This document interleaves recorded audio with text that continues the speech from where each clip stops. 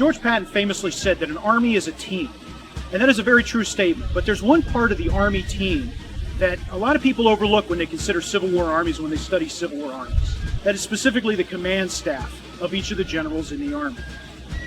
Now, when we think of Army headquarters, most people think of the building that houses the commanding general. But in reality, an Army headquarters, or even a Corps headquarters, or a division headquarters, or even a brigade headquarters, is actually a fairly large group of people. In the case of an Army, it can be up to about 100 people, including staff officers, clerks, teamsters, drivers, and even a headquarters guard from time to time. It gets smaller the lower down you go. Corps commanders have a smaller headquarters, division commanders have an even smaller headquarters, brigade commanders have a very small headquarters, and even regiments have a headquarters. It's usually the colonel, the top 2 or 3 officers, and the regimental adjutants.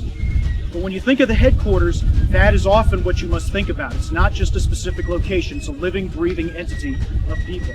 Staff officers occupy a very, very important function in how an army lives, moves, and fights. A lot of times they do the grunt work that translates a commander's directives into action. They also are liaisons between the commander and subordinate commanders, and oftentimes are assigned as guides, or are often assigned to help coordinate attacks, movements, lay out defenses, any number of tasks. So a staff is an extremely, extremely important part of this team, of how this team works. Now, what goes into a command staff? What does a general have on a staff? There are several different jobs that staff officers have. The first, quite frankly, is to be a personal aide to the general.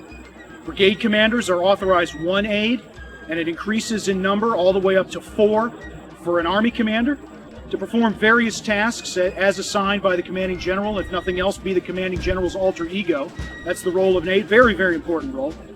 And then you have a variety of officers that are assigned a variety of jobs. You have deputies for quartermaster, commissary, subsistence, signal, topographical engineers who make maps, who scout different roads, things of that nature.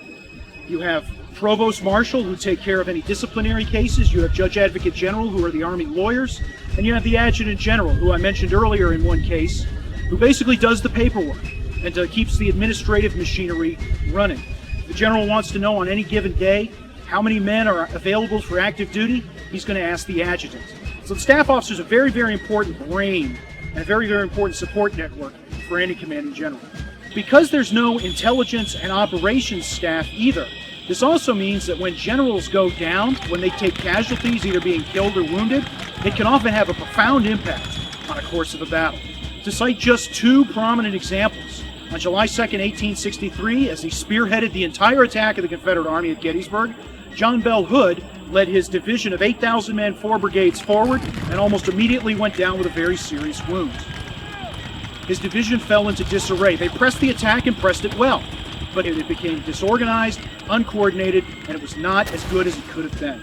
Another example, September 17, 1862, during the Battle of Antietam, when Israel Richardson's division breaks the line in the center at the Bloody Lane. A Confederate officer said the end of the Confederacy was within sight.